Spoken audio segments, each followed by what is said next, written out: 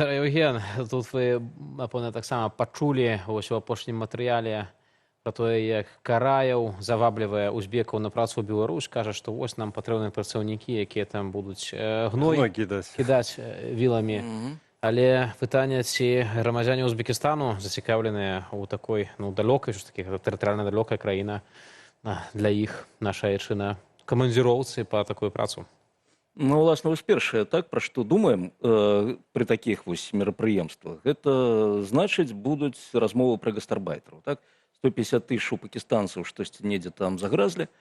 Вось, ну, ўсё роўна працоўная сіла патрэбная, і Узбекістан, падаецца, ён такая крыніца даволі ўдзячная працоўнай сілы, бо калі паглядзець на Расію, там жа 2 мільёна 600 тысячаў гастарбайтараў з Узбекістану працуюць, то бок, уласна кажучы, для узбекаў гэта было б добра.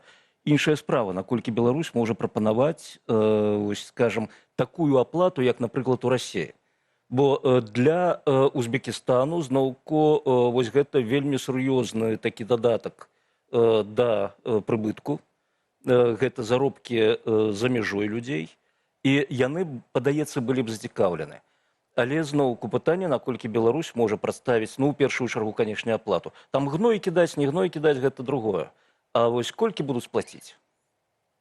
Таксама пытанне, у чым яшчэ Узбекістан можа быць зацікаўлены ў Беларусі, калі паглядзець афіцыйную статыстыку, якую публікуе таксама узбецкі бок, то за апошнія 7 гадоў таваразварот вырас амаль у 5 разоў між Беларусю і Узбекістанам і дайшоў амаль што да няпоўнага мільярда долараў на год. Ну, ўсё ж выглядае, што гэта не такая малая сума.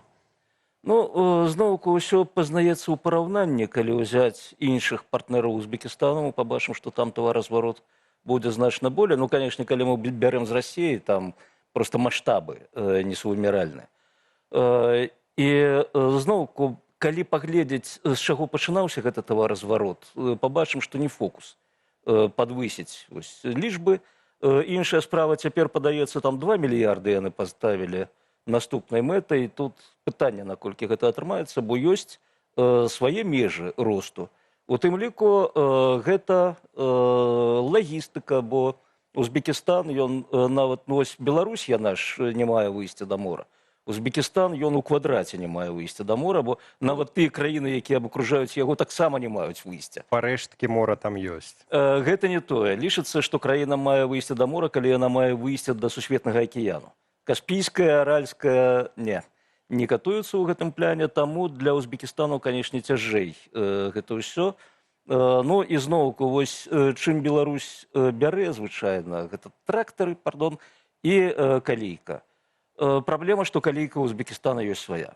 Ён сам пастаўляе на экспарт гэтае самае ўгнаенне. З трактарамі тут, канешне, больш такая гісторыя патэнцыйна істотная для Узбекістана. Ну, Узбекістан, ён нацелены на тое, каб свае вырабляць. Вось у яго ўжо ёсць праграма, ён там хоча да 6 тысяч у год дагнаць выпуск сваіх трактароў. Праз камплектуючыя чужыя... Праца з МТЗ ёсць. Ёсць. У узбекаў.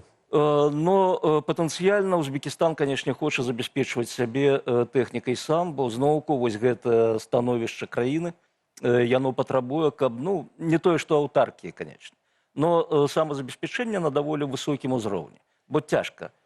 І зноўку, калі казаць пра вось гэтую сустрэчу, тут не думаю, што эканоміка ідзе наперадзе і цягне за сабой астатняе. Наперадзе, хутчэй за ўсё, як заўжды, ідзе палітыка. Бо зноўку перспектывы з Беларусі супрацоўнічаць даволі такія. Калі яшчэ устрымацца, можа, на момант літаральна застацца пры эканамічных пытаннях, у афіцыйных паведамленнях было сказана, што, маўляў, на патрэбы Узбекістану, тамтэйшага рынку у Беларусі на Віцебшчыне павялічаць жывёлагадоўлю буйнога быдла. І калі паглядзець на дэмаграфію, то насельніцтва ў Узбекістане ўвесь час расло пасля распаду Савецкага Саюзу, і гэта ўжо адносна, можа, у Беларусі нам тут здаецца, што гэта такая нейкая невялікая краіна, але Узбекістан прыбліжаецца да Польшчы па насельніцтве, гэта досыць шмат. Там гэта самая шматнаселеная краіна Сярэдняй Азіі. І вось пытанне, ці ў гэтым кантэксце, ці тут беларускія прадпрыемствы аграрныя не могуць скарыстацца і экспартаваць, павялічыць свой экспарт проста ў гэтую краіну? Значыць, зноўку, вось чаму перспектывы заўжды змрочныя. Бо ёсць межа росту беларускай эканомікі і яе функцыянальнасці. Бо гэта ж не тое, што прыехаў, заключыў дамову, ўсё, супер, на мазі, пусцілі туды, ну, галоўнае, не свінняў, каровак, так? Пусцілі, можа, авечак нарэшце, авечак будзем вырошчваць. Але ёсць праблема, як арганізацыя сельскай гаспадаркі в Беларусі. У першую чаргу гэта менеджмент, потым гэта эфектыўнасць гаспадаркі. У нас будуецца Савецкі Саюз. Даўно, упарта і паспяхова. Савецкі Саюз, нагадаю, памёр праз сваю эканамічную мадэль. Вось у нас трымаюцца за яе, то бок вядуць да гібелі. І калі браць калгасы, саўгасы, ўсё гэтыя гаспадаркі, гэта тое, што вельмі мала перспектываў мае. Калі браць прыватную гаспадарку, канешне, было б супер. О, вось тут пайшло бы як на мазі. А мэта беларускай дзяржавы, якраз памятаем, так, паціснуць руку апошняму прадпрымальніку. Вось, то бок, гэта проста будзе пад крыж знесена ўсё. І тут перспектывы не прасочваюцца. Ну, там наконт сельскай гаспадаркі клімат, канешне, набліжае беларускую сельскую гаспадарку да узбекскай, але ўсё-ткі яшчэ дастаткова розныя кліматычныя ўмовы. Між тым, прапановваю далучыць да нашай размовы яшчэ адно меркаванне, пра што ж можа размаўляць Лукашенко на сустрэчы з прэзідэнтам Узбекістану Шаўкатам Мірзіёевым, нам распавёў старэйшы навуковы працаўнік Фінскага інстытуту міжнародных стасункаў Рыгор Ніжнікаў. Больше Лукашенко ні аб чым не можа не дамаўляць, нічога няма, толькі можа трактары прадаваць і дамаўляцца пра, мажліва, калі будзе нейкая там працоўная сіла, адзіныя вось варыянты, дзе ў Узбекістане і Беларусі могуць быць нейкія стасункі, якія можна абмяркоўваць. Ну і то і не факт, што Беларусь можа быць прывабным партнерам для Узбекістана. У гэтую гульню ён гуляе ўжо 30 год, і мы бачым вынік все той же. Ну, там нават пра нейкае палітычнае глыбокае супрацоўніцтва цяжкавата гаварыць, улічваючы, што... Але яны ў дастаткова розных плашчынях таксама існуюць. Узбекістан, як бы нам не здавалася, Сярэдняя Азія, але куды больш шматвектарны за Беларусь. І там прысутнічаюць і Паўднёвая Карэя, і Кітай, і ЗША, і Расія, і еўразвяз паціскае рукі. У Лукашэнкі... Гэта тое, пра што мы марылі, так, калі б у Беларусі было нармалёвае кіраўніцтва. Но ёсць рэчаіснасць. Гэтая рэчаіснасць, гэта Расія. Вось Узбекістан, мы ж ведаем, што яны не ўвайшлі ў гэты Еўразійскі саюз. І выйшлі з АКБ ў свой час. Так. І яны вельмі, у тым ліку Мірзіёеў, яны сочаць за сваю шматвектарнасцю, так не па-дзіцяцку. Але, усё роўна, тут і эканамічныя разлікі. Тут і зноўку эмоцыі, у тым ліку у узбецкім і эстэблішменце, і грамадстве, яны ўсё ж такі пакуль у арбіце Расіі. Яны тренд выводзяць іх з гэтай арбіты, тым не менш. Расія не хоча іх упускаць. Бо Расія не дзеля таго ваюе ва ўкраіне, дзеля таго, каб упусціць Каўказ, Сярэднюю Азію.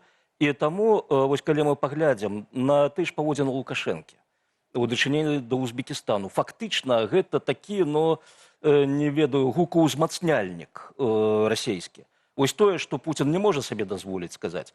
Кажа Лукашенко, падаецца, гэта быў 21 год, 22, самы пачатак 22 году, яшчэ да вайны была сустрэча, і Лукашенко там дазволіў сабе пагражаць Мірзіёеву, Узбекістану увогуле, што, маўляў, глядзіце, вы ж можаце Узбекістан свой давесці да таго стану, як Казахстан. Вось калі былі ў Казахстане, памятаеце падзеі, вось ён параўноўваў. То бок Лукашенко, ён працуе як, уласна кажучы, на падхопе ў Пуціна. Ретранслятор. Ён робіць таксама вось гэтую задачу, выконвае, не выпусціць Мірзіёева з арбіты Расіі. Дзеля гэтага гэтыя ўсе сустрэчы адбываюцца. Бо эканомікі там нуль. А вось палітыка, так, яна прысутнічае. І задача адна – гэта пакінуць гэтую краіну на арбіце Масквы. Ну, там, канешне, пытанне, я выбачаюся, Вітаўце, пытанне, чаму б Крамлю наўпрост не размаўляць з Ташкентам, для чаго патрэбны Лукашенко. Між тым, у мяне пытанне пра іншае, а для чаго Беларусі, Узбекістан, калі так разбірацца, вось я маю на ўвазе вось гэты дэфіцыт працоўных рук, вот это беларусазамяшэнне ўвесь час шарыцца па рэгіёнах, ну, скажем так, мякка далёкіх ад нас культурна, гістарычна, хаця все краіны звычайна стараюцца, ну, шукаць кагосьці, хто хутчэй уліецца ў грамадства. Гэта будзе азначаць, што патэнцыйна нейкіх супярэчнасцяў з мясцовым насельніцтвам будзе менш, канфліктаў менш. У Беларусі ж і все пошукі то Пакістан, то Узбекістан, то таджыкі, то арабы. Пра што гэта сведчыць? Пра тое, што у Лукашэнкі вось гэта мысленне больш туды, там, дзе далёка ад дэмакратыі, альбо пра тое, найперш, што ну, все такія бліжэйшыя да нас культурна народы, ну, яны жывуць лепей і там без шансаў. Сустрэчнае пытанне. Які інтарэс у Беларусі ў дебеларусізацыі? Ось які інтарэс? Бо калі мы кажам пра сітуацыю, мы не можам казаць пра інтарэсы Беларусі. Ёсць інтарэсы Лукашэнкі. Вось у ягоных інтарэсах так, пазбавіць Беларусь беларусаў, безумоўна, у ягоных інтарэсах. Вот это самая галоўная праблема Лукашэнкі. Гэта праблема, так. Калі б не было беларусаў, для яго ўсё куды было б прасцей. Бо зноўку для яго Беларусь не існуе. Для яго існуе Расія, Савецкі Саюз, у лепшым выпадку. І ягоная ўлада.